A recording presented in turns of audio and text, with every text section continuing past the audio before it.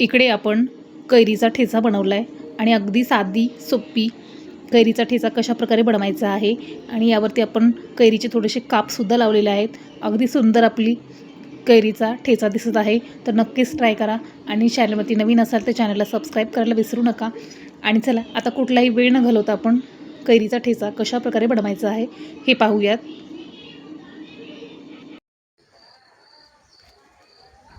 इकडे आपल्या झाडाला कैरी लागली आणि या कैरीची आपल्याला चटणी बनवायची आहे.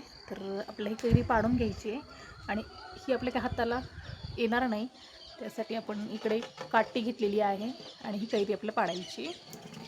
अगदी जवळून पाहू शकता, खूप सुंदर अशी कैरी आहे.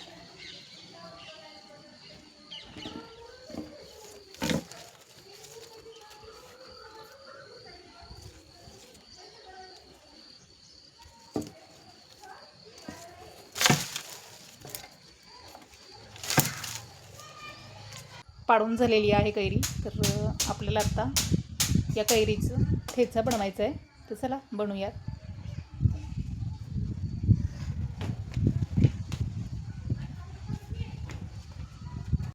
नमस्कार. आज आपल्याला कैरीचा ठेचा बनवायचा आहे. तर त्यासाठी आपण इकडे कैरी घेतली आहे आणि ही खूप मोठ्या साईजची कैरी आहे आणि चवीला सुद्धा आंबट नाही.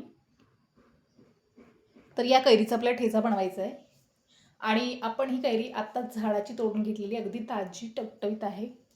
याचं देठसुद्धा पाहू शकताय. चला ही कट करून घेऊया.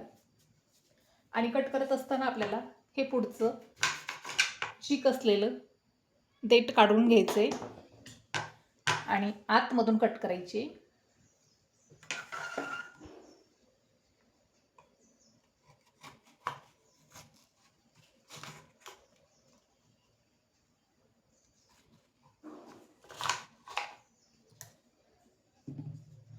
अशा पद्धतीने कट करून घेतलेली आहे आपण. आणि यामधलं हे असं अर्धवट कोय बनलेली हे काढून घ्यायचे आणि अशी कैरीचं काप बनलेलं आहे. तर ही कापसुद्धा आपल्याला कट करून घ्यायचं आहे.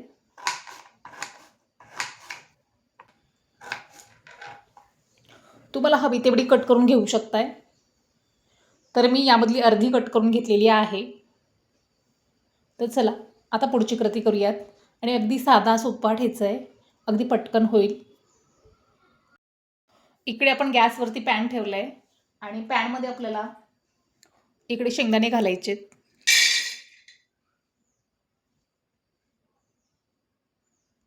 इकडे पॅनमध्ये शेंगदाणे घालून झाले आणि त्यानंतर आपल्या इकडे मिरची घालायची. मिरचीसुद्धा आपण एका साईडला घालणार आहोत आणि त्यानंतर आपल्याला लसूण घालायचं आहे. सर्व साहित्य आपण एकत्र घालून घेत आहोत आणि इकडे आपलं जिरं घालायचं आहे. इकडे आपलं सगळं साहित्य घालून झालेलं आहे. तर त्यानंतर आपल्याला थोडंसं तेल घालायचं आहे.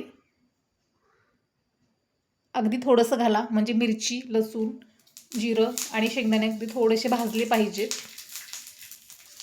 इकडे तेलामध्ये हे भाजत आहे सर्व साहित्य आपलं. तर असं याला फिरवून घ्या, म्हणजे मिक्स होईल.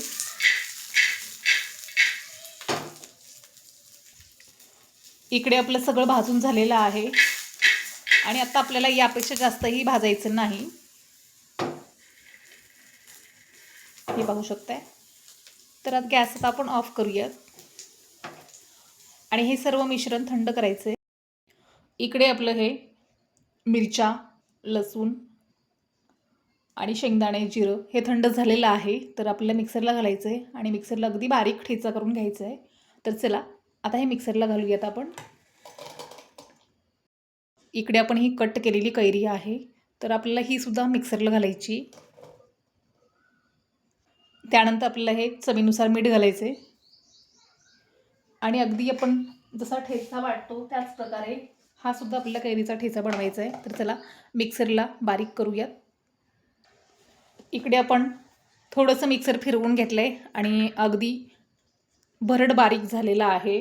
आणि त्यानंतर आपल्याला मिक्सरमध्ये ही कोथिंबीर घालायची आणि त्यानंतर आणखीन याला थोडंसं फिरवून घ्यायचं आहे, म्हणजे याला चांगला हिरवा कलर आला पाहिजे. तर चला मिक्सरला फिरवूयात आणखीन एक वेळेस.